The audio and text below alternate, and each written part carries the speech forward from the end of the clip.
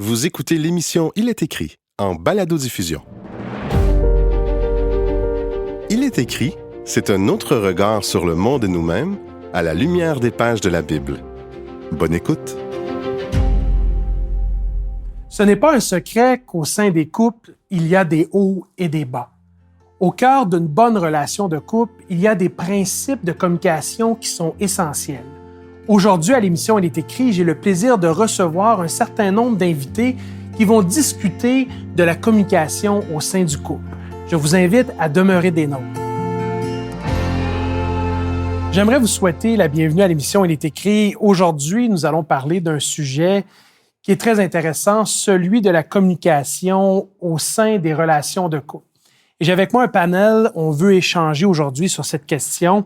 J'aimerais souhaiter la bienvenue à France. Merci beaucoup. Rémi. Bonjour Patrick. Et Judeline.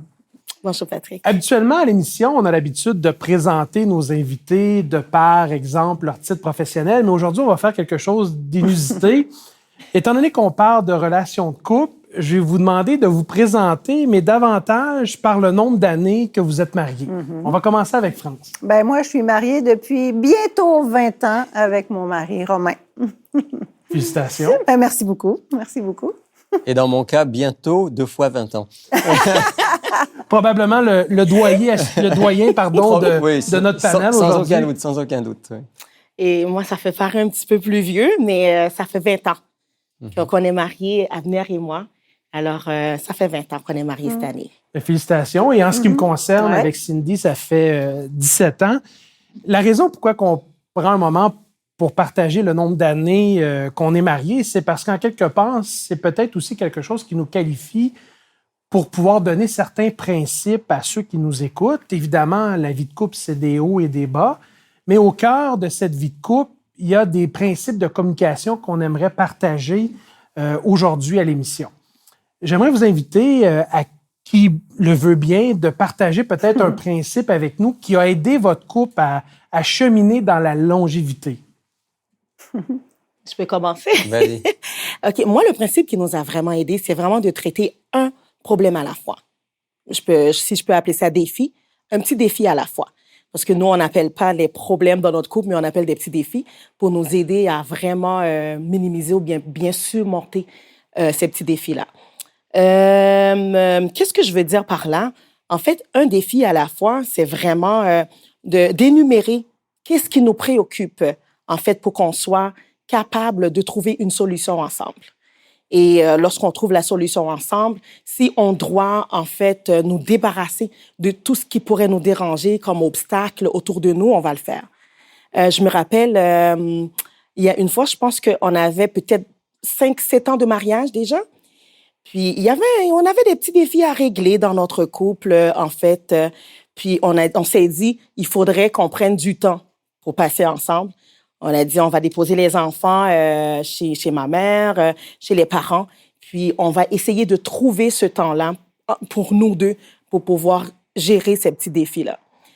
Je trouve ça très intéressant parce qu'il y a toute la question de se dire, tous les couples sont confrontés à des problématiques, à des difficultés, à des épreuves, mais de déconstruire ces problématiques-là et de les adresser un à la fois, ça me semble être judicieux comme conseil. Oui.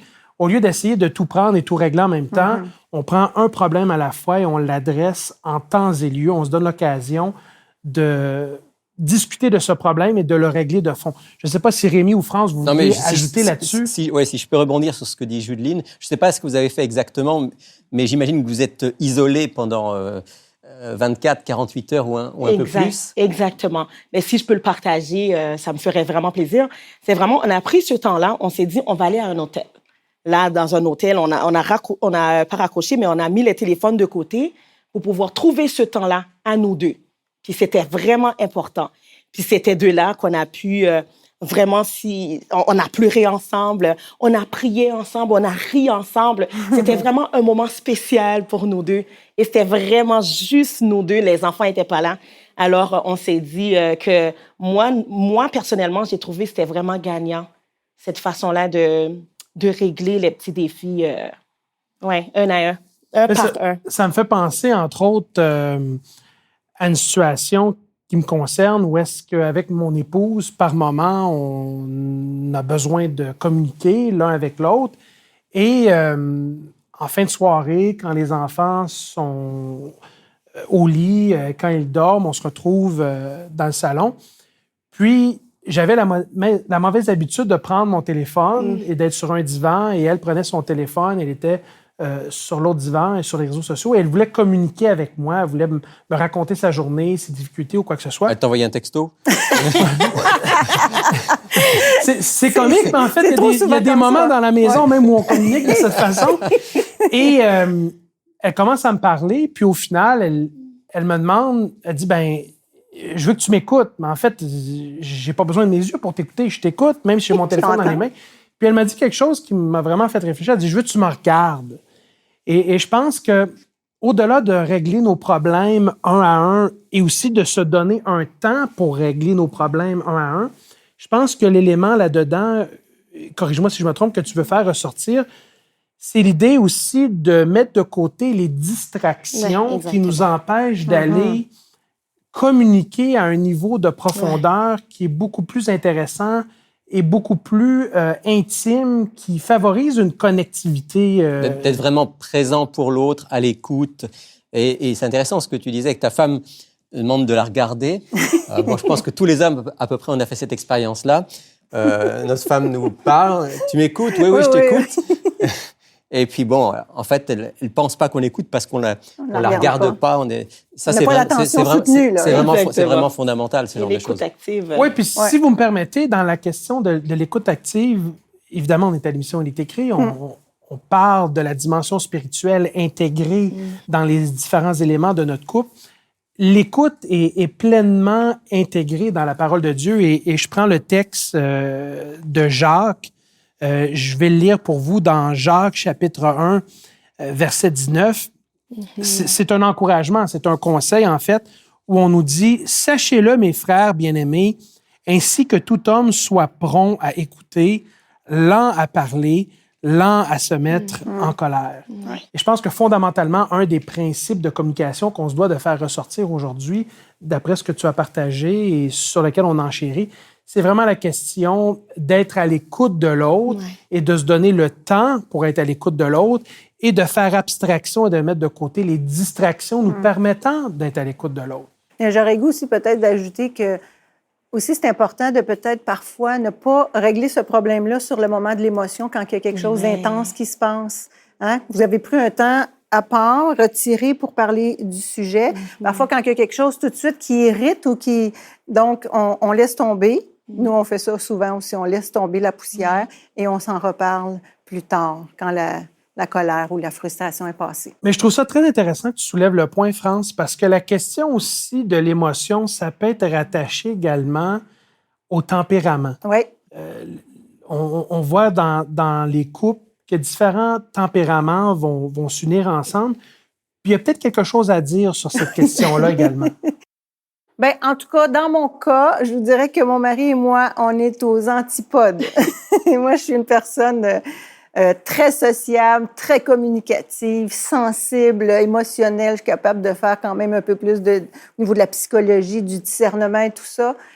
Puis mon mari, bien, lui, il est complètement à l'opposé. C'est un homme qui est très de principe, très solide, très fidèle, travaillant, un homme sur qui tu peux t'appuyer.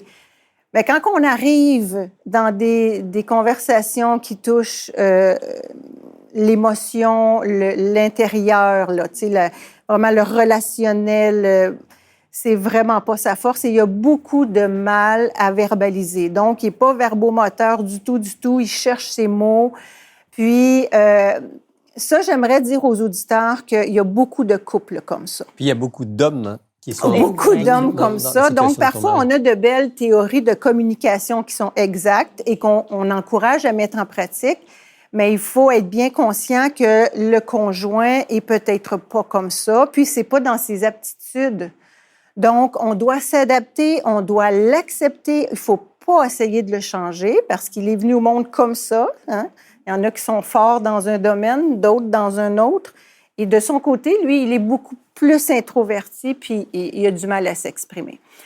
Donc, au niveau de notre communication, quand il y a des choses qui sont... Bon, moi, je suis l'opposé, on s'entend, donc pas besoin de m'imaginer. Moi, je suis sensible, je peux pleurer, je peux me choquer, ça sort facilement. Mais quand, moi, ma difficulté face à ça, c'est que si j'ai besoin d'être encouragée, exhortée... Tu as besoin d'un feedback, de oui, quelque chose qui revienne. Exactement, j'ai besoin... J'en ai pas.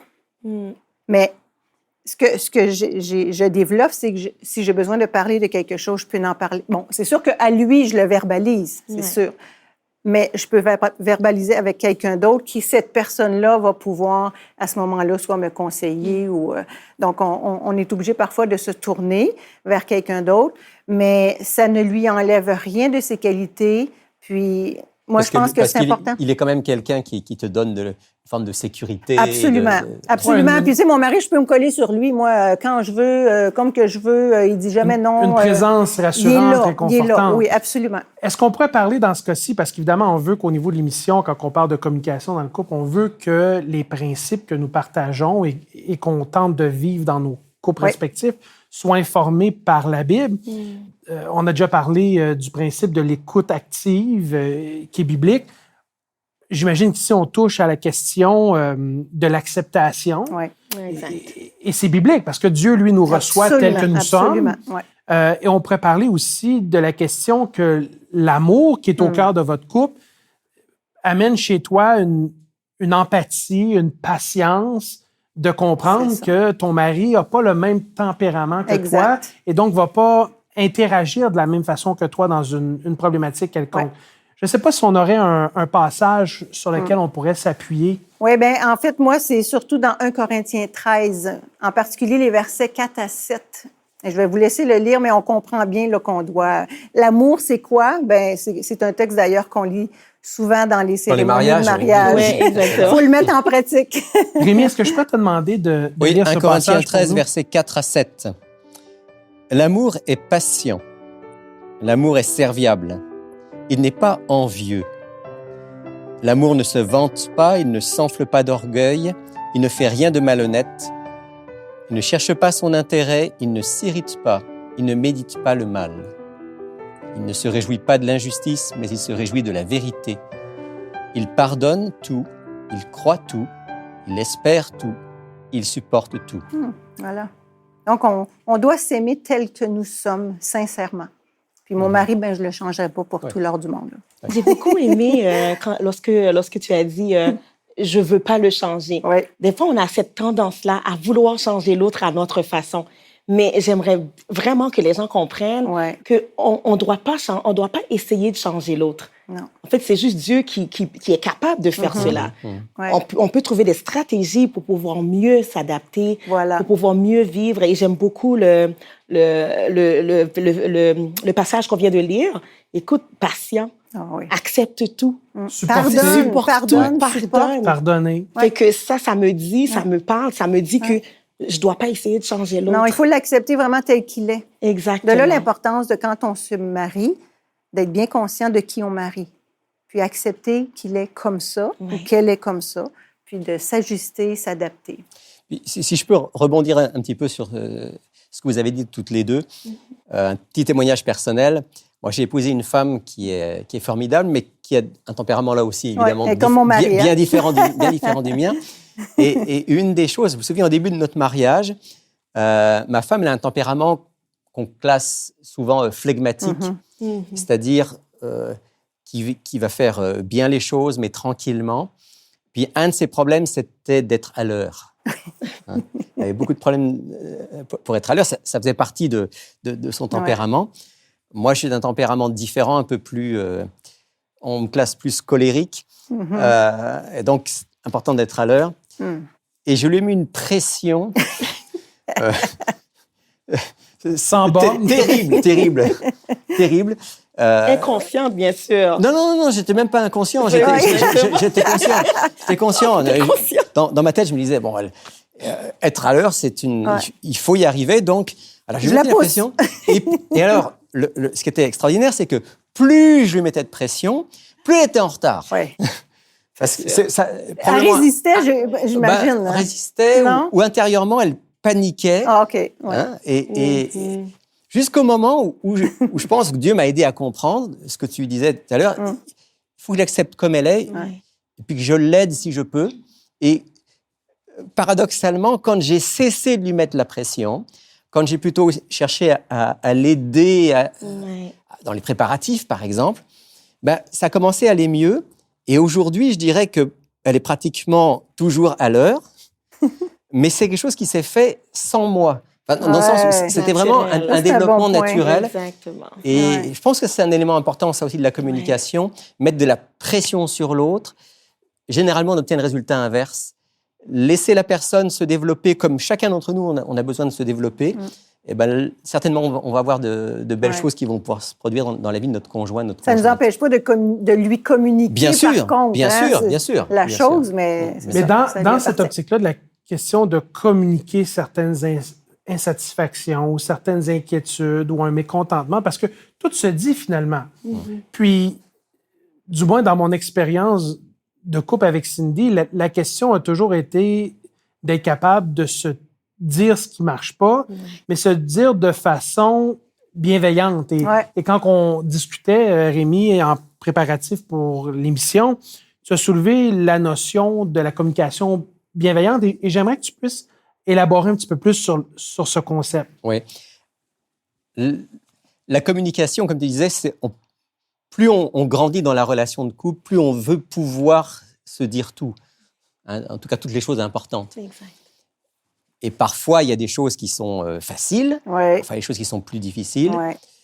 Mais c'est vrai que la bienveillance, ça change tout parce que comment est-ce qu'on définit la bienveillance? C'est le fait que quand je communique avec l'autre, je veux vraiment son bien. Je ne suis pas en train d'essayer, moi, d'avoir raison, ou je ne suis pas en train d'essayer de faire comprendre à l'autre ce qu'il ou elle doit comprendre. Je suis vraiment dans cette relation, je veux le bien de l'autre, je veux le bien de notre relation. Puis ça se sent. Alors, ce que je veux dire par communication bienveillante, ça se traduit par le choix des mots, ça se traduit par le ton de la voix, ça se traduit par tout le message non verbal. On dit que la communication non verbale, c'est plus de 50% de la communication, au-delà des mots. Donc, l'autre, il ou elle va sentir si je veux son bien, si je suis dans une relation vraiment d'amour, ou si je suis en train de régler des comptes.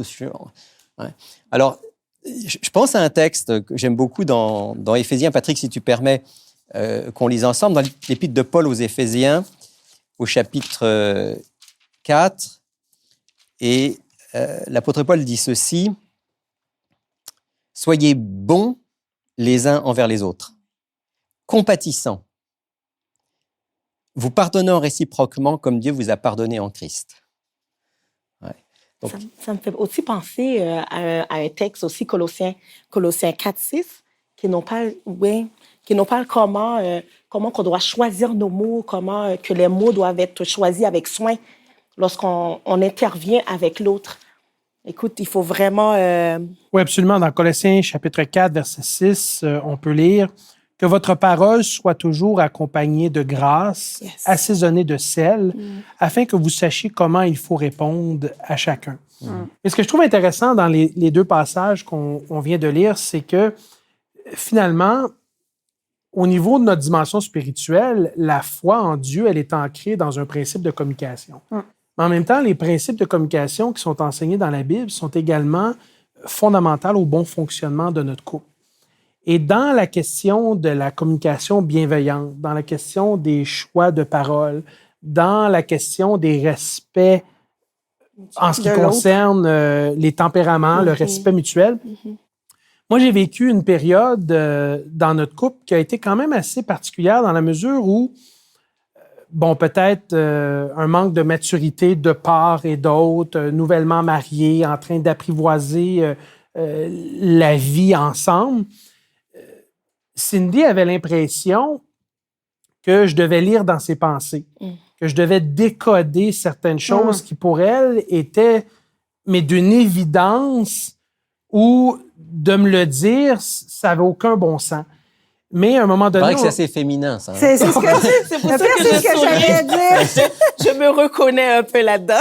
Puis à un moment donné, on est arrivé vraiment à une situation où est-ce qu'on était à couteau tiré, on s'est accroché. Puis, j'ose le dire, on s'est chicané. Puis, j'aimerais encourager nos auditeurs à ne pas avoir honte.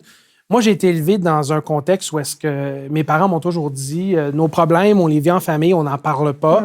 Mais en même temps, je suis aussi de l'école de pensée que c'est correct de dire certaines choses, ça peut aider les autres à grandir aussi avec nous et à cheminer dans la compréhension que tout n'est pas parfait dans les couples.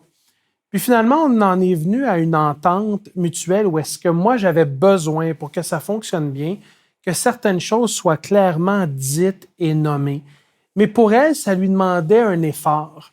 Mais en même temps, je pense que dans son amour pour moi, elle est en mesure de déployer cet effort-là parce qu'il y avait un gain au bout. Ça allait améliorer le fonctionnement dans notre couple. Et suite à cette chicane-là, suite à cet accrochage-là, moi, je suis allé un peu fort. Puis, l'autre principe que j'aimerais faire ressortir, c'est l'importance du pardon. Qu'on a mentionné dans le texte tout à l'heure. Ouais. Exactement. Dans 1 Corinthiens, chapitre 13, on a vraiment tout qui est nommé. Et je ne sais pas si ça a été votre expérience, mais du moins, nous, on essaie d'appliquer ce principe de jamais aller se coucher sans avoir résolu ou réglé les enjeux quotidiens qui pourraient être une pierre d'achoppement l'un pour l'autre, qui pourrait créer une certaine tension ou une certaine distance. Ça me fait penser aussi à une situation qu'on vivait au début de notre mariage. Écoute, à tous les soirs, on s'assurait qu'on se parle, qu'on fasse un petit retour sur la journée. Comment ça s'est passé dans ton milieu de travail? Qu'est-ce qui s'est passé dans la journée qui t'a dérangé? Ça te permet, en fait, de te situer par rapport à tes interventions, par rapport à la façon dont tu vas comprendre l'autre aussi. Fait que ça me fait penser de ne pas dormir sur sa colère. C'est vraiment, on avait cette habitude-là de retourner sur la journée pour voir qu'est-ce que j'ai fait, qu'est-ce qu'on pourrait améliorer, qu'est-ce qu'on pourrait faire pour que les enfants se sentent mieux. Écoute, c'était vraiment gagnant. Ça, c'est quelque chose à essayer également. Oui, absolument. Je pense que c'est un principe, effectivement, qui est biblique de ne pas s'endormir sur sa colère parce qu'on est devant l'être cher, on est devant la personne qu'on aime et on veut se rapprocher de cette personne-là et construire notre vie. Moi, je me suis marié avec Cindy pas pour me séparer, pas pour me divorcer. Non. Je me suis marié avec elle parce que j'ai vraiment l'intention, à la grâce de Dieu, de faire toute ma vie avec elle, dans les hauts et dans les bas. Et quand on regarde les vœux au niveau du mariage, c'est pour le meilleur et pour le pire, dans la santé comme dans la maladie, dans la richesse comme dans la pauvreté. Mais en même temps, je pense qu'on a vraiment besoin de s'accrocher à ces principes bibliques. Et je ne sais pas pour vous, mais du moins pour moi, j'ai remarqué, et j'aimerais vous entendre sur la question, que souvent la qualité de ma relation de couple est intimement liée à la qualité de ma relation avec Dieu.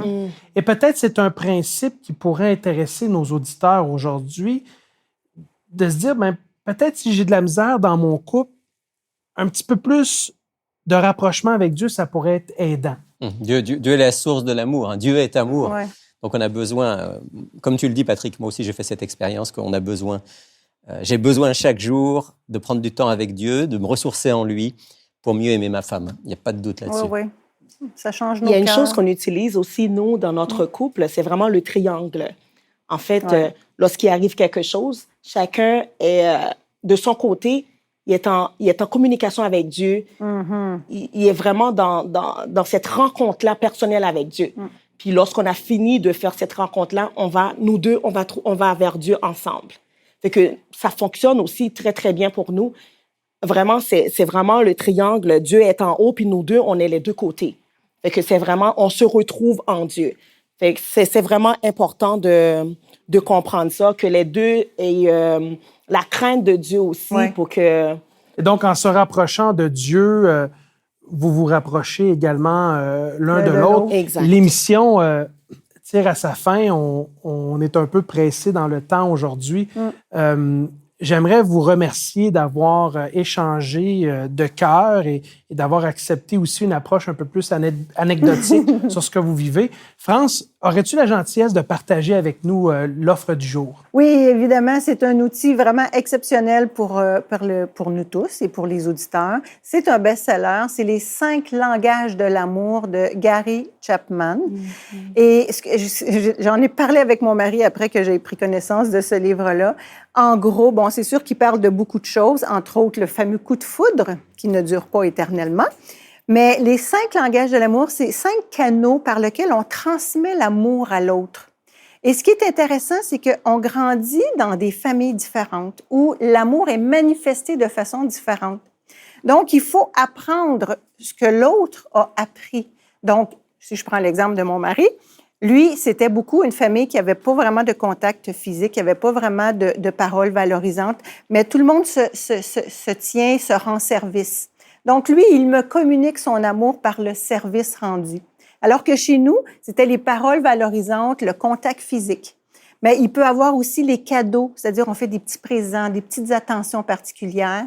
Puis, c'est ça, service rendu, contact physique, paroles valorisantes. Il y avait les moments de qualité aussi. Donc, les moments de qualité, on prend comme vous avez fait, on se met à part et on prend un temps ensemble. Donc, il nous parle des 5 canaux où on peut transmettre l'amour, mais il faut que l'autre comprenne notre langage et que nous, on comprenne son langage aussi. Alors, très intéressant pour 14 $ plus les frais de poste. Donc, on va encourager nos auditeurs à se procurer le le lire, livre. bien sûr. Rémi, aurais-tu la gentillesse de nous conduire dans une prière pour demander à Dieu qu'il soutienne nos couples respectifs et ceux de nos auditeurs? Avec plaisir, avec plaisir. Notre bon Père du ciel, toi qui es la source de l'amour, toi qui as créé le couple et la famille, on va d'abord te dire un immense merci pour ce cadeau que tu nous as fait et aussi te demander pour nous qui sommes ici et pour tous ceux qui nous écoutent en ce moment, que tu puisses travailler dans nos cœurs, qu'on puisse de plus en plus être des maris, des épouses aimants. Nous puissions, Seigneur, grandir dans cet amour, le partager avec le plus grand nombre. Merci d'entendre notre prière, merci d'être avec ceux qui peut-être font face à des difficultés, qui luttent en ce moment. Soutiens-les et montre-leur qu'il y a de l'espoir, car en toi, il y a toujours de l'espoir. Et on t'en remercie en Jésus-Christ. Amen. Amen. Amen.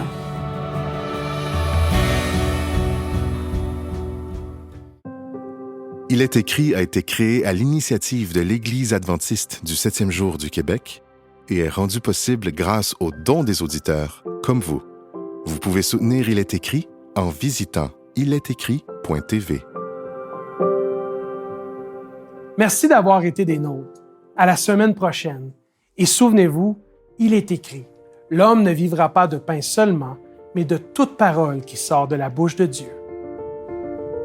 Cette émission était animée et préparée par Patrick Dupuis, avec Daniel Vuillaume à la réalisation, Franco Valentino à l'enregistrement et la post-production sonore et Lydia Matveev à la script édition et télésouffleur. Laissez-nous vos commentaires, questions et suggestions sur ilestécrit.tv. Si vous avez apprécié ce balado, partagez-le.